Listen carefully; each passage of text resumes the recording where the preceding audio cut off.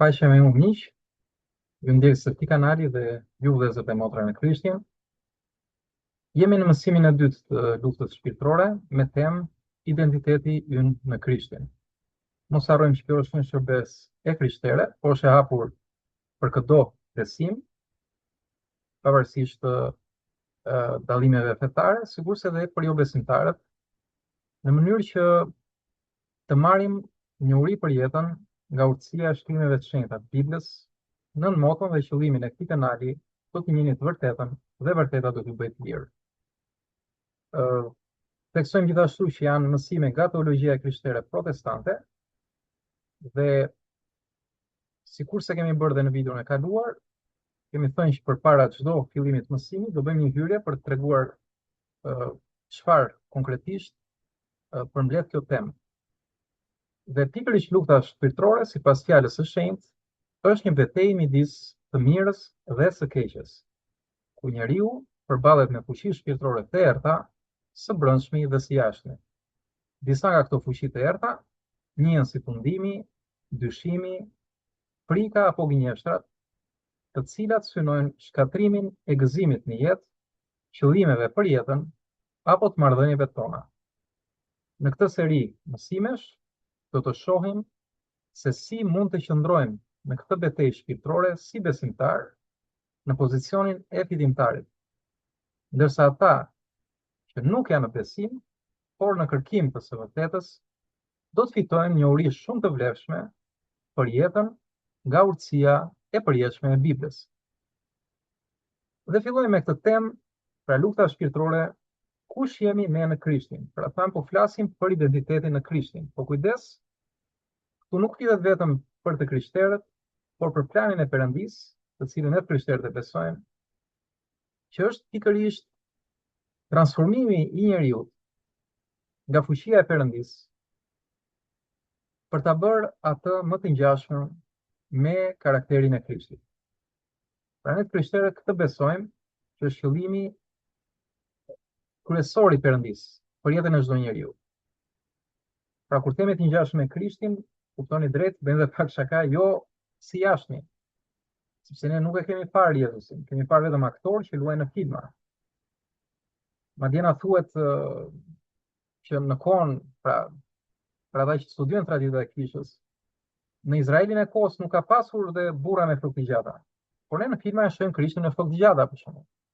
Pra ne nuk e dim imazhin e tij, por thënë gjithë duhet të mësojmë që Perëndia dëshiron të na japi një zemër si të Krishtit. Pra një zemër plot dashuri, plot mirësi, plot sakrificë për të tjerë dhe dhëmshuri. Kjo është edhe atributi i vetë Perëndis. Pra kush njeh Krishtin, sipas ne të krishterëve, njeh karakterin e Perëndis. Dhe Perëndia do të na bëjë si vetja, sepse kështu na krijoi që prej fillimit të Bibla, në shëmbullimin e tij. Por për ata që dinë historinë, nga kopshti i Edenit, njerëzit mëkatuan dhe u shkëputën nga kjo natyrë e Perëndis. Prandaj njerëzit gabojnë, mëkatojnë, kryejnë gabime, vendime të gabuara për jetën e tyre.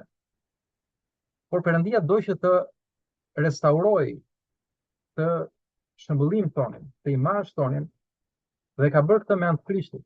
Dhe më kohë shkrimi thotë që askush nuk e ka parë Perëndin, sepse është frymë, është shpirt, është shpirt i shenjtë.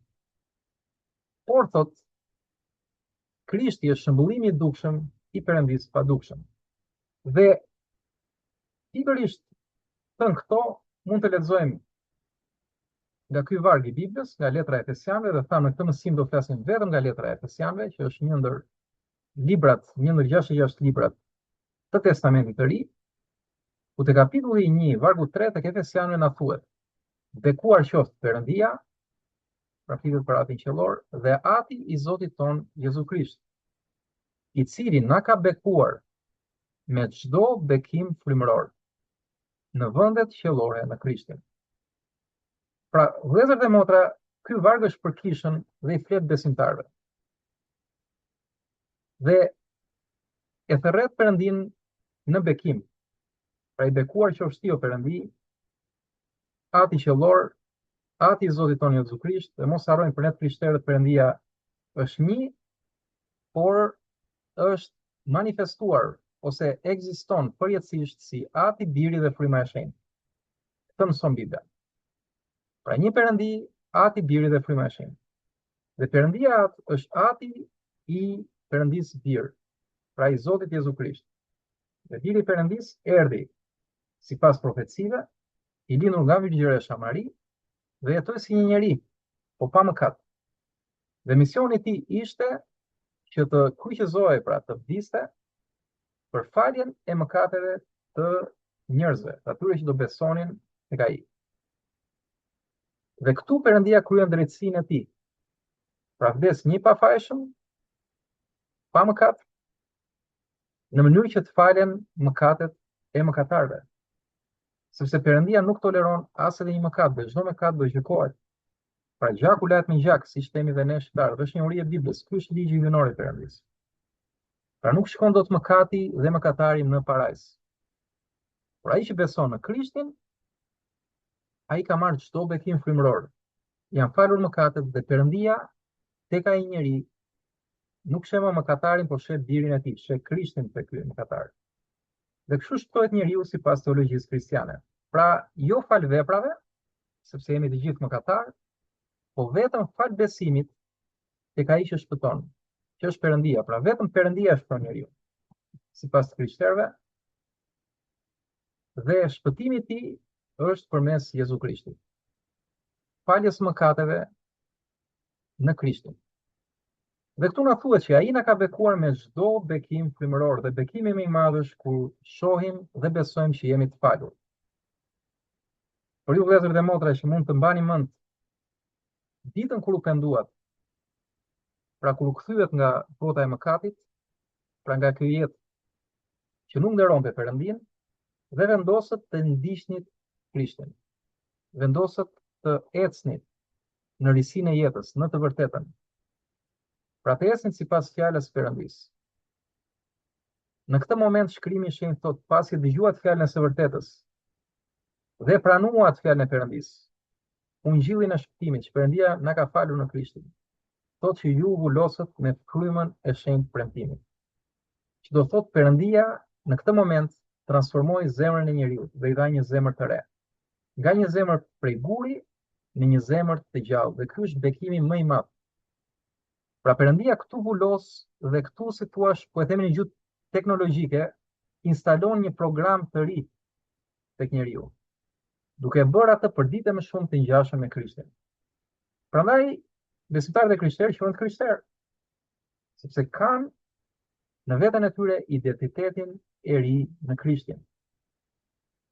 Dhe na thuhet më poshtë, pra përveç se na ka bekuar në çdo bekim frymëror, na thuhet që edhe në vendet qiellore në Krishtin.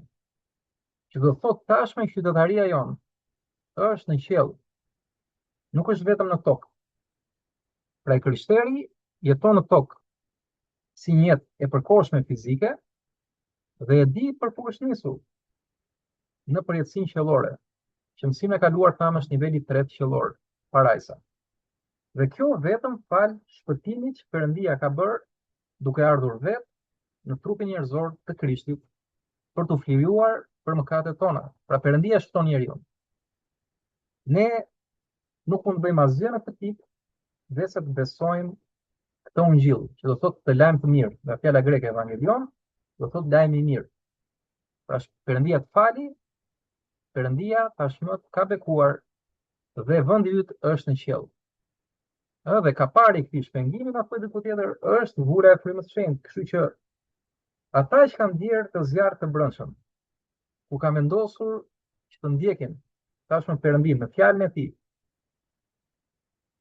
në këtë jetë e re, ata kanë garancinë e shpëtimit. Perëndia ka dhënë kaparin, pra ka dhënë kaparin e shpengimit, që është fryma e shenjtë, të zemër të transformuar.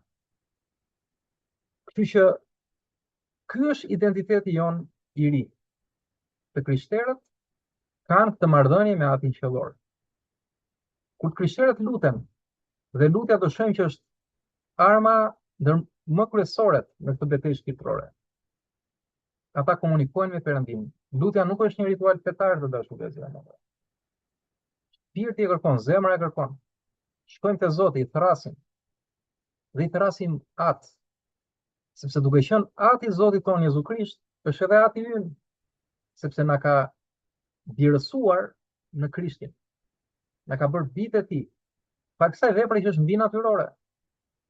Por që ne të krishterët e dimë sepse kemi përjetuar marrjen e frymës së shenjtë, dhënien e dhuratës në momentin kur besuam. Dhe pastaj fryma e shenjtë na çon që të bindemi fjalës. Besojmë, i bashkohemi kishës, pagëzohemi në ujë, marrim pjesë në mbledhje, studiojmë Biblën dhe mbi të gjitha jetojmë një jetë në tokë të çliruar nga pushteti i errësirës. Por kujdes, jo se ky pushtet nuk ndikon te ne, ndikon, po për sa kohë ne rritemi shpirtërisht, aq më shumë mund të bëjmë ballë dhe ta identifikojmë strategjitë satanike pra të djallit. Që të dekurajoj, siç kemi thënë në mësimin e kaluar, besimtarin, sidomos besimtarin e ri, që ai të humbasi gëzimin e shpëtimit, të humbasi gëzimin e identitetit të ri që Perëndia ka thirrur për të qenë bij dhe bija e tij në Krishtin. Kështu që këto do shohim te ky mësim dhe le të bëjmë një përmbledhje, identiteti ynë i vërtet. Pra ky është identiteti ynë i vërtet si besimtar. Nuk ka rëndësi, i dashur njeri që na ndjek, se sa i madh është besimi yt. Nëse ti ke vendosur të jetosh si krishter, sepse është vendim besimi, nuk është ndjenjë, nuk është intelektualizëm, që ti e kupton që okay, Krishti është kryqëzuar që Perëndia të më fali mua dhe kuptove këtë gjë dhe kaq. Identiteti i vërtet është vendim. Kur ti vendosi thuash të vdesësh për veten tënde, të vdesësh për të jetë të vjetër, për të identitet të vjetër, të është i gënjeshtër, është plot me iluzione, është plot me mashtrime, është plot me një sistem vlerash që janë anti-vlera në fakt, që fatkeqësisht bota i promovon kaq shumë në këtë kohë që jetojmë. Por do të jetosh për Perëndin. Do të dish çfarë është, cili është vullneti i Perëndis për jetën tënde, cili është plani i Perëndis për jetën tënde, dhe do të jetosh vetëm në planin e Perëndis. Vetëm duke ndjekur të vërtetën, do të ecësh vetëm në dritë. Do të ecësh një jetë komplet të re. S'do të kesh më të bësh me atë jetën e vjetër. Ky është identiteti yt i vërtet. Nëse ke këtë përjetim në zemrën tënde dhe këtë dëshirë të zjarrt për të jetuar pikërisht këtë jetë, që është jeta për të cilën Perëndia na ka krijuar që prej fillimit, para se në të binim në mëkat dhe në mosbindje. Atëherë nëse ke këtë gjë në zemër, ky është identiteti yt i vërtet. Ti je bir dhe bija e Perëndis. I shpenguar me gjakun e Krishtit për të falur ty dhe mua, që të ecim në të risi të jetës. Dhe këtu fillon lufta shpirtërore. Pra kujdes, ata që nuk e kanë këtë bindje, që nuk e kanë këtë besim, ata ndoshta dhe nuk besojnë që janë në luftë shpirtërore. Ta në mësimin e kaluar, ndoshta i duken gënjeshtra, i duken dokra, i duken si naivitete, thonë çka këta njerëz të çuditshëm. Vëllezër e motra, unë që u flas dhe unë që na ndiqni, dhe unë ndjek së rastësishëm te kanali. Unë nuk kam lindur i krishter. Unë vin nga bota e biznesit. Pra në jetën time nuk mungote asgjë. I kisha dhe i kam që të gjitha. Dhe nuk përfitoj në një gjë duke jetuar si krishter, flas në ana materiale. Kjo shërbes që bëjmë këtu është komplet falas, nuk ka as reklama të këto libre. Madje unë nuk kam as kohë të lirë shumë, po ja që jo vetëm e gjej kohën, po e bëj kohën, e krijoj kohën për këtë shërbes. Sepse dua të ndaj çfarë Perëndia ka bërë me mua. Sepse kisha të gjitha, po nuk kisha paqe në zemrën time. I kisha të gjitha dhe nuk kisha gëzim. Pasuri materiale, karrierë, sukses, familje, disa prona në qytet, në plazh, në mal. Por lavdi Zotit. Po nuk kisha paqe dhe nuk kisha kuptim për jetën. Ore pse jetojmë, si ka mundsi? Ja i bëra gjithë to, hundo vdes. Ja lë fëmijëve, po sikur fëmijët, ku diun, pishesin dhe Pra, nuk e kanë kontroll. Ja lë fëmijëve, po se çfarë do bëjnë fëmijët pasaj është përgjegjësia e tyre.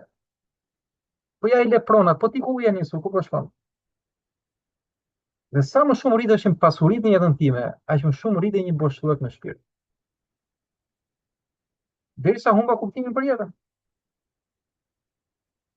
Ndërkohë, përpiqesha ta mbusha këtë boshllëk tashmë me filozofira, me libra, me vetë përmirësim, me zhvillim personal. Kam një certifikim botëror për zhvillimin personal dhe profesional.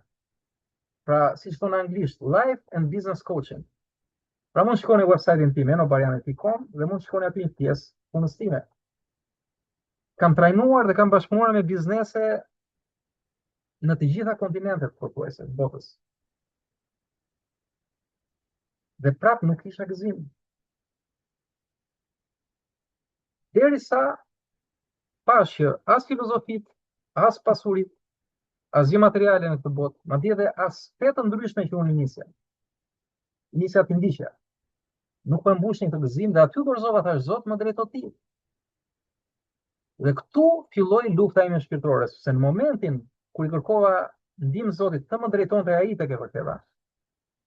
Pra i thash nëse ekziston, më drejto ti. Dhe unë do bëj çfarë më thuash ti, çfarë më tregosh ti. Këtu filloi pasaj telefoni, mesazhe, gjëra dhe të krishterë, vëllezër dhe motra. Unë se kisha pritur kurrë të isha një krishter, dhe se kisha imagjinuar kur të isha në kish, madje një vëlla në besim që është ndërmiqtë mi më të mirë. Kur pash unë kisha marrë aplikacionin e Biblës, ai u çudit dhe më shkruajti emrin me më shumë. Çdo di këtu më tha mua, se më njinte si jetoja. Dhe nuk e kisha pritur asnjëherë që një njeri të tillë, që nuk i mungonte asgjë, do kërkonte Zotin. Po ja që nuk më mungonte asgjë në sytë e botës, nga ana materiale, suksesi, fama e gjithë gjëra. Po më mungonte paqja. Paqja në zemër, më mungonte kuptimi. Më mungonte lumturia, qetësia dhe dashuria, nuk kisha. Po kur fillova të kërkoj Zotin, kur fillova të studioj Biblën, të lexoj Biblën, të shkoj në kish, të lutem, kem të marrëdhënie me besimtarët e krishterë, mu hapën dyert të reja. Madje mund të them mu hapën dyert e qiellit dhe isha si një fëmijë pasaj. Se kishe kaq shumë. Dhe nuk po them se ishte e lehtë. Sepse pikërisht në këtë moment filloi dhe lufta shpirtërore me mua. Filluan sulme, filluan lloj gjëra. Filluan njerëz të ndryshëm, mësime të rreme, filozofi, fe të tjera. Si të më hiqin nga kisha, të më hiqin nga Bibla, të më hiqin nga kjo marrëdhënie me Zotin.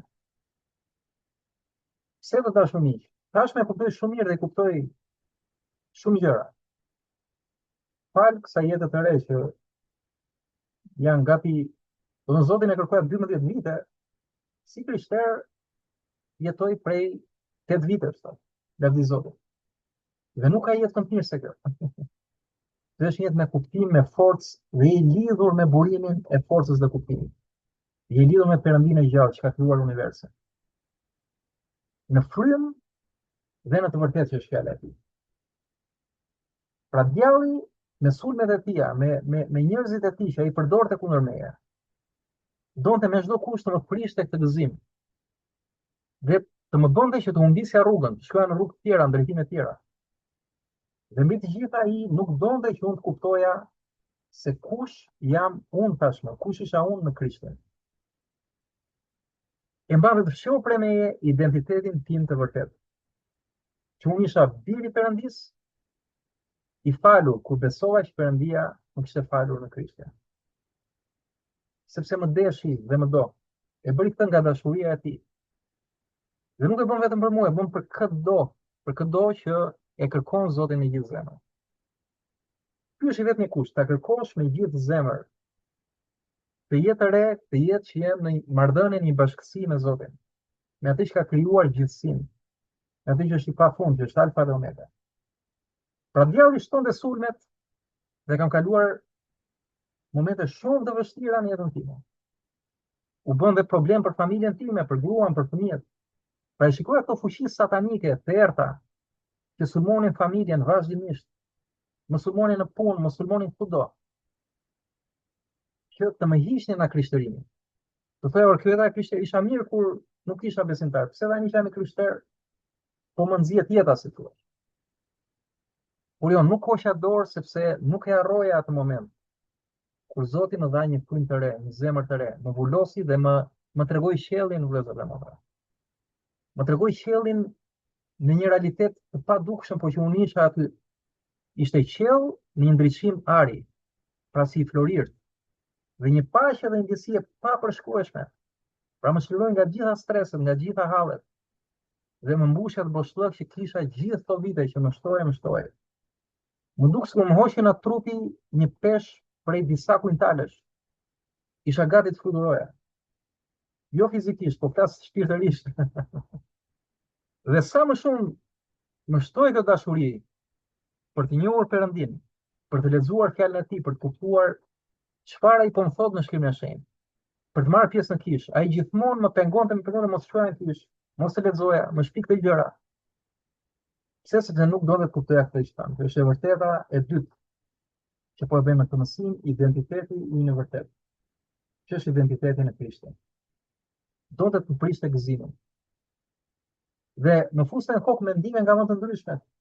Por ti nuk e ish thuar, ti po bën si i krishterë. Çfarë do të bësh ti prap te mua do kthehesh. Çi do këto, mendo për parat, këto s'japin gjë, kisha nuk jep para, kisha vetëm do para. E shumë mendime tjera më futeshin kokë. Edhe njerëz që më thonin, ato që mendoja mi thonin njerëz.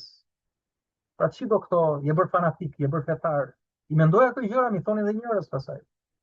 Pra i përdorte djallit të më hiqte.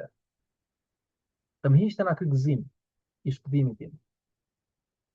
Por shkrimi këtu na thot përmes apostullit që ai ka qenë dhe është një vllai ynë, por tashmë ai është në vendet qiellore bashkë me Krishtin. Nëse ne presim Krishtin për na marrë, ai thotë se ne jemi të bekuar në vendet qiellore. Pra identiteti jonë është tashmë në qiell. Emri ynë është shkruar në qiell, thotë Jezusi. Pra ne jetojmë në trup këtu në tokë, po jetojmë si qytetarë qiellor, sepse vendin e kemi atje. Dhe kuptojmë që jeta këtu është e përkohshme, po ky vet po na përgatit për një jetë të përjetshme. Dhe vdekja fizike në këtë tokë në fakt është hyrja për një jetë të re.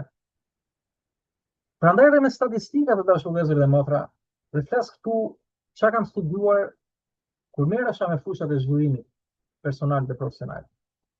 Më së shumti kam studiuar dhe psikologji, filozofi, menaxhim, marketing, ekonomi. Në statistikat psikologjike, lexova që krishterët janë njerëzit me më pak stres, me më pak depresion.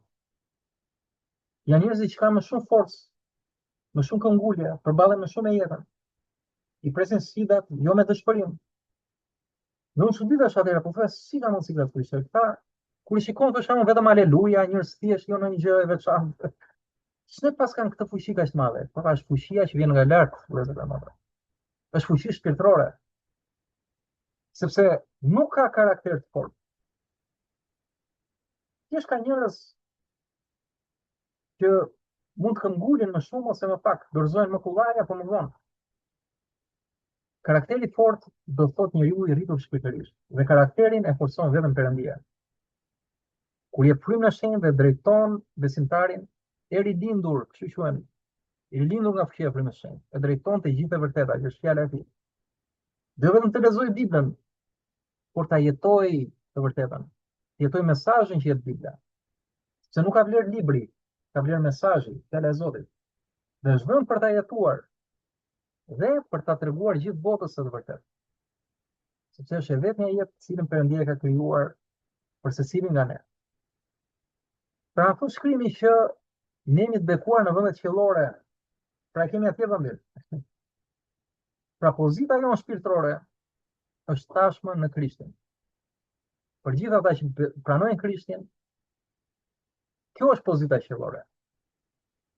Po do thotë dikush, po pse na kundoni ligu, pse na sulmoni ligu? Po ai kundoi dhe Krishtin në shkretir. Lavdi Zotit. Pra Krishti mori misionin e tij, 30 vjeç, u pagëzuan ajo pagëzoi. Pas pagëzimit thotë fryma e shenjtë çoi në shkretir. Pse që të kundojnë nga djalli shkuar? Pra është përgatitje shpirtërore. Perëndia kështu i ka bërë gjërat. sepse do të na përgatisi një herë në këtë betejë shpirtërore për t'i bërë ballë sulmeve edhe më të mëdha në të ardhmen. Pra që të fillojnë sulmet e mëdha satanike të na duken sa më të vogla dhe të papërfillshme, për sa ko rritemi shpirtërisht.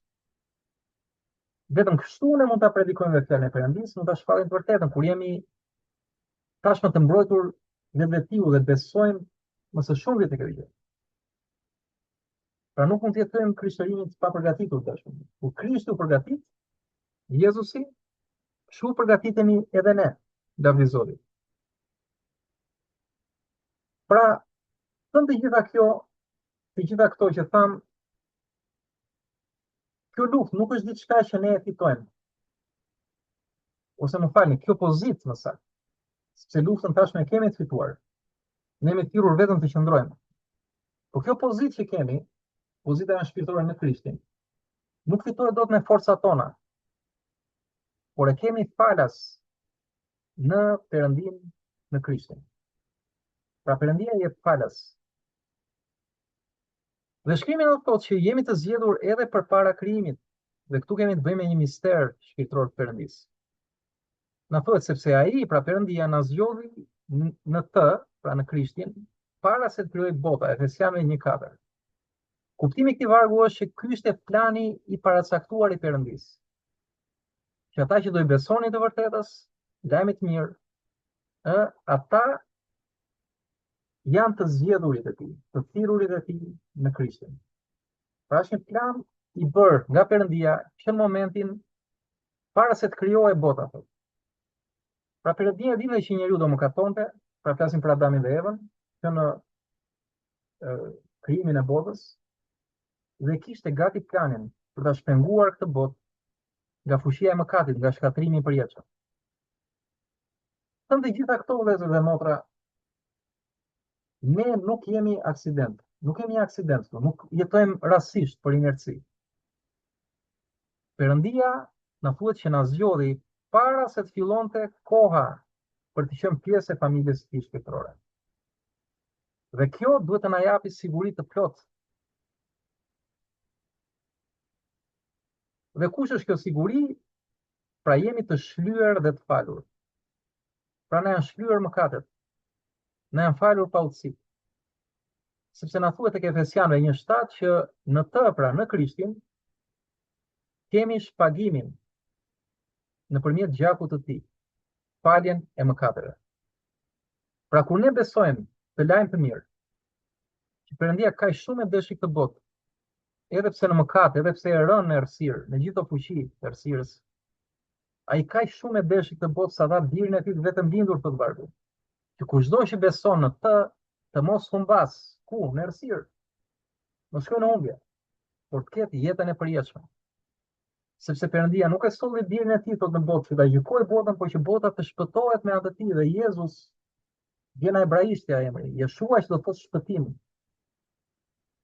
Dhe në vjetën e vjetër, pra vjetën Biblën hebraike, na thuhet që unë jam Zoti, unë jam shpëtimi juaj. Pra vetë Zoti vjen dhe shpëton njeriu, ky është krishterimi. Dhe bën këtë nëpërmjet gjakut të tij, për të falur mëkatet tona, sepse Perëndia nuk është i padrejtë. Atë standard që ai na jep në ligjin e tij, që mëkati, paga e mëkatit është vdekja, ai, si thua, zbaton vetë ligjin e tij për të na shpenguar neve. Është si një gjyqtar, për ata që njohin pak nga gjykata, që thotë, ti je dënuar me vdekje, por do ta marr unë këtë dënimin tënd. Pra, të falesh ti, të kesh jetën ti, por të jap një shans të dytë. Të ka për Zoti, sepse vdekja nuk ka pushtet mbi të. Dhe ne dimë historinë që është edhe faktuar historike, nuk është thjesht fetare, që Krishti vdiq për mëkatet tona dhe u ringjall të tretën ditë. Dhe kam parë me qindra dëshmitar okular, jo vetëm 1-2. Pra kam parë disa qytete të asaj kohës, qindra në Izraelin e kohës, në Jude, pra në shekullin e parë. Dhe aq e madhe ishte kjo histori, sa që edhe vitet kalendarike u bën para Krishtit dhe pas Krishtit.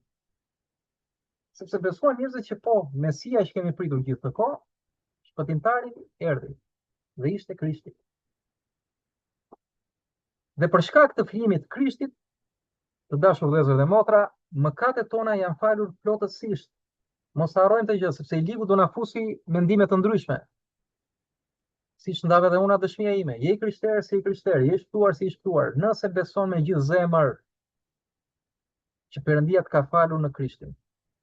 Dhe Krishti ka vdekur dhe është ringjallur të tretën ditë për të falur mëkatet e tua, sepse kjo ishte dëshira e Perëndisë. Dhe ky ishte plani i Perëndisë që prej krijimit të botës, para krijimit të botës.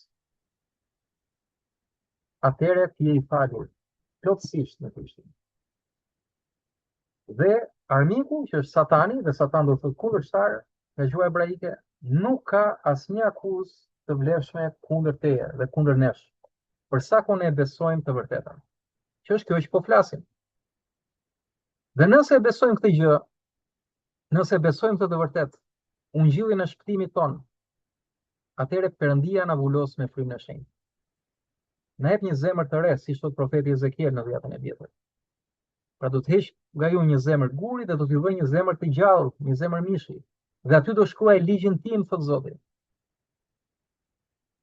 Dhe njerëzit do të dinë vetë ligjin e Perëndisë. Fillon të transformohet zemra e njeriu, sepse zemra nuk është thjesht organi të dashur miq. Në Bibël zemra personifikon njeriu. Çfarë mendon njeriu në zemrën e tij, kështu është ai njeriu. Pra njeriu është çfarë mendon në zemrën e tij. Çfarë qëllimesh ka, çfarë dëshirash ka, çfarë mendimesh i vijnë, çfarë objektivash, qëllimesh e të tjera. Prioritetet në jetë, sistemi i vlerave. Zoti e kthen të zemër. Vetëm Zoti mund ta ndryshojë. Unë mund të flas pafund këtu. Nëse Zoti nuk të prek zemrën, fjalët e mia do të jenë të kota. Dhe Zoti do ngelet i fundit ose do dalë fare nga lista jote. Prioritet mund të kesh gjëra të tjera që kjo botë ka me shumicë. Famën, parat, pushtetin, nuk e di. Por nëse Zoti të prek zemrën, të vulos me frymën e shenjtë, atëherë Zoti kthehet i pari në listë, aty ku e ka vendin. Dhe jeta merr rregull, merr hierarki. Krijohet një balans, një harmoni në gjithë jetën e njeriu, dhe kështu jetojnë besimtarë, e rilindur nga fryma e shenjtë. Dhe ja ku na thuhet tek Efesianëve 1:13 që e prekëm në të edhe ju, pasi dëgjuat fjalën e së vërtetës, ungjillin e shpëtimit tuaj dhe besuat, pra zemra, u vulosët me frymën e shenjtë të premtuar. Lavdi Zotit. Pra, çfarë është besimi? Na thuhet që besimi vjen nga dëgjimi dhe dëgjimi vjen nga fjala e Perëndisë. Dhe këto mësime janë të bazuara te fjala e Perëndisë.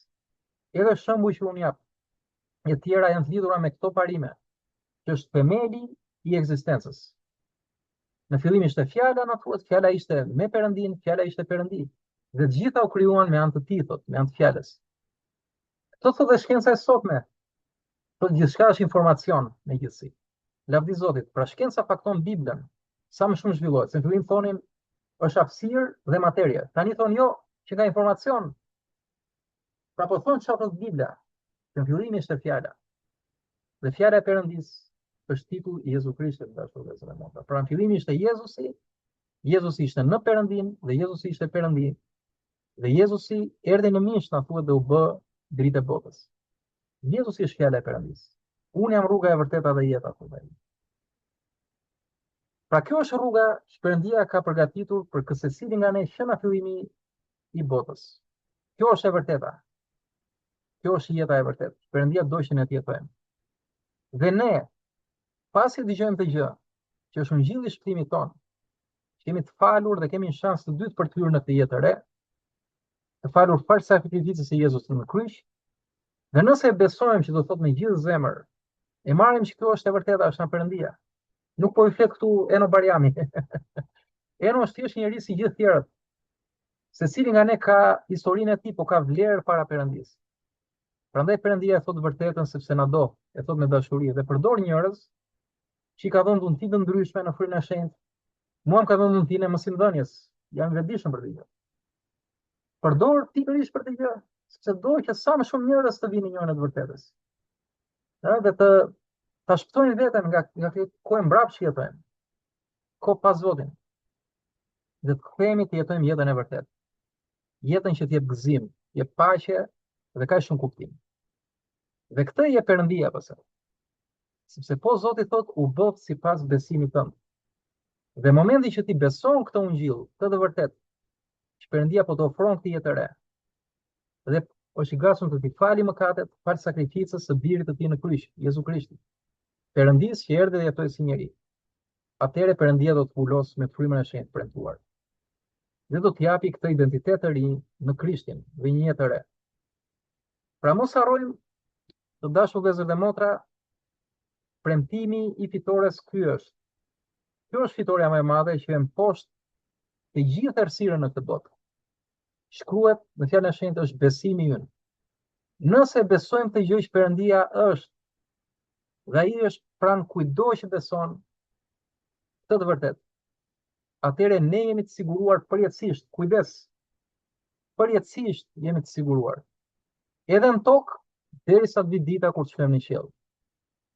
Sepse vullën e Perëndis, frymën e shenjtë që banon në ne, ata që kanë përjetuar këtë transformim në jetën e tyre, askush nuk mund ta thyejë vullën e Perëndis. Lavdi Zotit. Dhe le ta mbyllim me një ushtrim praktik, sepse tham këto ushtrime, këto mësime kanë qëllim që të na përgatisin në këtë betejë shpirtërore. Për ju vëllezër dhe motra që jeni besimtar, kjo është praktika për sot. Pra reflektim. Merr disa minuta të reflektosh. Pra merre këtë ushtrim si një meditim.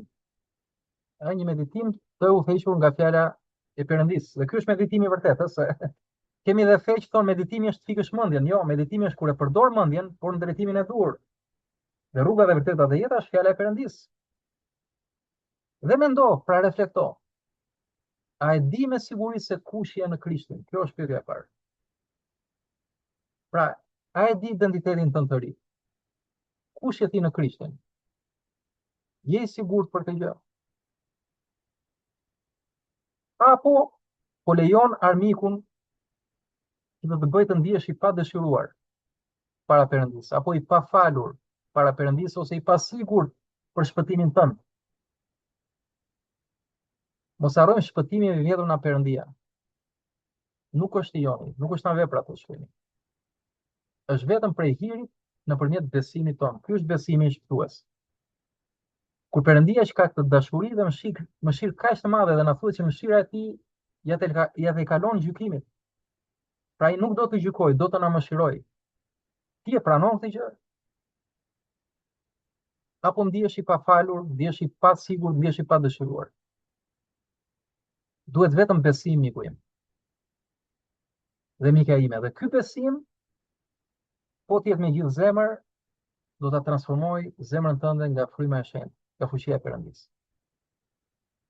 Dhe nëse je në këtë rrugtim shpirtëror, nëse je një krishter apo e krishtere, motër dhe vëlla në Krishtin, mbaroje këtë praktik, pra këtë ushtrim, duke shkruar një listë me 5 bekime që ke në Krishtin. Pra ndalo, reflekto dhe shkruaj 5 bekime që ke në Krishtin. Kur zgjodhe Krishtin, pranove Krishtin jetën tënde. Shkruaj ato bekime që i petë ndodhin jetën tënde, sepse ne njerëzit, dhe ky është dhe arsye ky ushtrimi, harrojmë vëllezër dhe motra, dhe emocionet negative dhe mendimet negative në këtë trup që ende trashëgon mëkatin, ndonse është penguar nga fuqia e mëkatit. Këto forca negative ndikojnë më shumë se sa ato që janë pozitive. Pra e kemi më të thjeshtë të mendojmë ligësinë se sa mirësinë.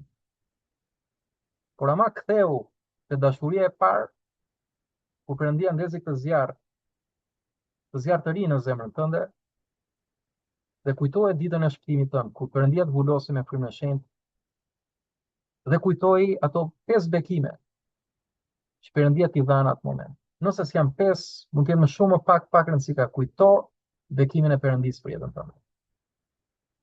Nëse Perëndia të ka pranë, ai thot askush nuk do iki nga dora ime. Pra nuk do lejoj Perëndia askë që të heqë nga dora e tij. Puna është që ti duhet ta duash ti është pranë tij. Dhe të dashur miq, ju që na ndiqni, ndoshta edhe për herë të parë, po flasim për mësimet e luftës shpirtërore, sipas teologjisë krishtere protestante. Unë jam Eno Barjami, një teolog, por edhe studiues dhe këshillues për zhvillimin personal dhe profesional. Nëse keni pyetje dhe dëshironi këshilla të lidhur me këtë temë, për gjëra që ndodhin praktikisht në jetën tuaj, mund të më shkruani një email tek adresa enobarjami.com. Më falni, enobarjami@gmail.com. është website im dhe unë shumë për urësi sapo të gjekon do ju përgjigjem nëpërmjet një video mesazhi në këtë kanal duke ruajtur anonimatin tuaj. Qëllimi është që të ndihmoj edhe juve për dhuntive që më ka dhënë Perëndia, por të ndihmojmë dhe komunitetin dhe ndjekësit e këtij kanali që kërkojnë të vërtetën. Dhe mos harroni, do ta njihni të vërtetën, ka thënë Jezusi, dhe e vërteta do t'ju bëjë të lirë. Kjo është moto e këtij kanali dhe unë ju jap bekimet e Zotit dhe miru pafshim në mësimin e radhës.